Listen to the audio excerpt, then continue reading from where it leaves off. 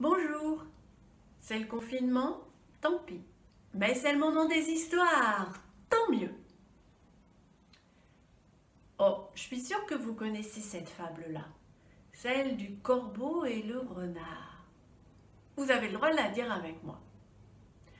Maître Corbeau, sur un arbre perché, tenait dans son bec un fromage. Maître Renard, par l'odeur alléchée, lui tint à peu près ce langage. Eh, bonjour, monsieur du Corbeau. Oh, que vous êtes joli, que vous me semblez beau.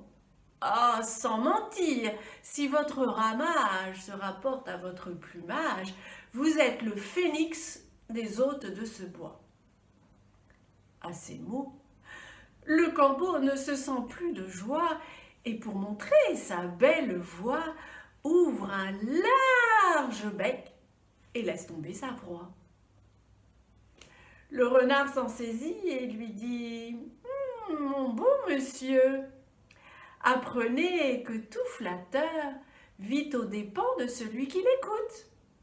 Cette leçon vaut bien un fromage, sans doute. » Le corbeau, honteux et confus, jura, mais un peu tard, qu'on ne l'y prendrait plus.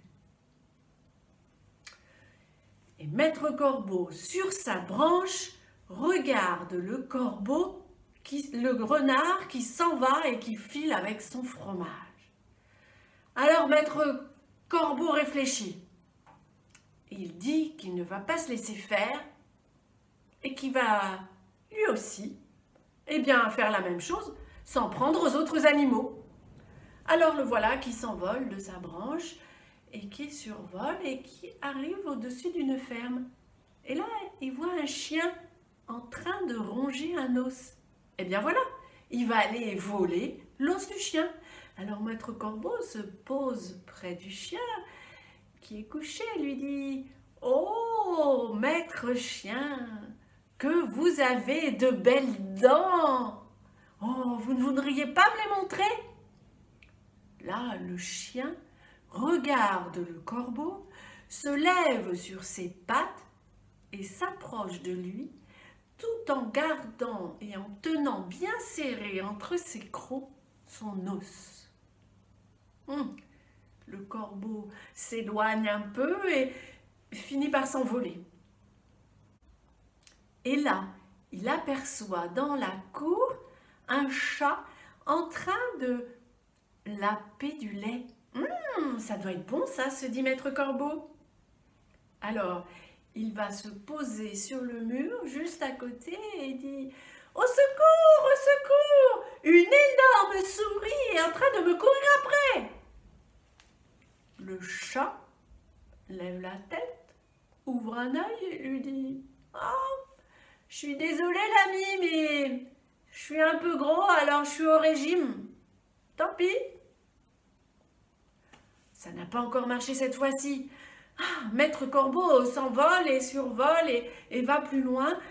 Et quand il passe au-dessus d'une clairière, et là, en bas de la clairière, couché dans l'herbe au soleil, en train de dormir, il voit un renardeau, un petit renard. Oh, il est sûrement le parent de celui qui lui a volé son fromage.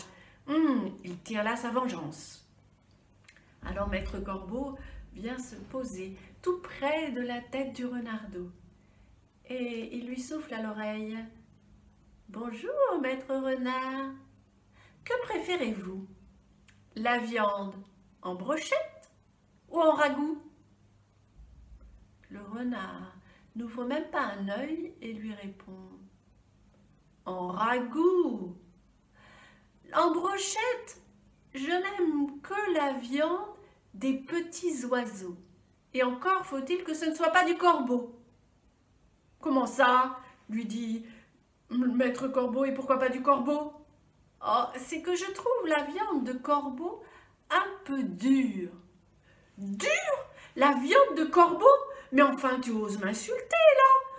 Tu crois que la viande est dure, alors que moi, je suis tendre et doux comme de l'agneau. Tiens, goûte donc !» Et le corbeau lui tend sa patte. À ces mots, le renard, eh bien, donne un grand coup de tête et clac! Il a planté ses crocs dans le cou du corbeau. Et il le traîne, il ramène le corbeau jusqu'à l'entrée de sa tanière, devant et le dépose au pied de sa maman renard. Sa maman renard regarde le corbeau, le soupèse, l'admire, et puis revient vers le renardeau et lui dit « Tout de même, mon fils, tu as encore beaucoup de choses à apprendre. Perdre ton temps à jouer avec un corbeau.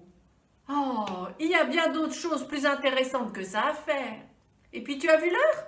Il est déjà midi. Allez, va donc t'asseoir à table et va manger la part de fromage que je t'ai servie. » Et voilà, mon histoire est finie. Mais c'est le confinement. Tant mieux. Alors, restez chez vous et prenez soin de vous. À bientôt!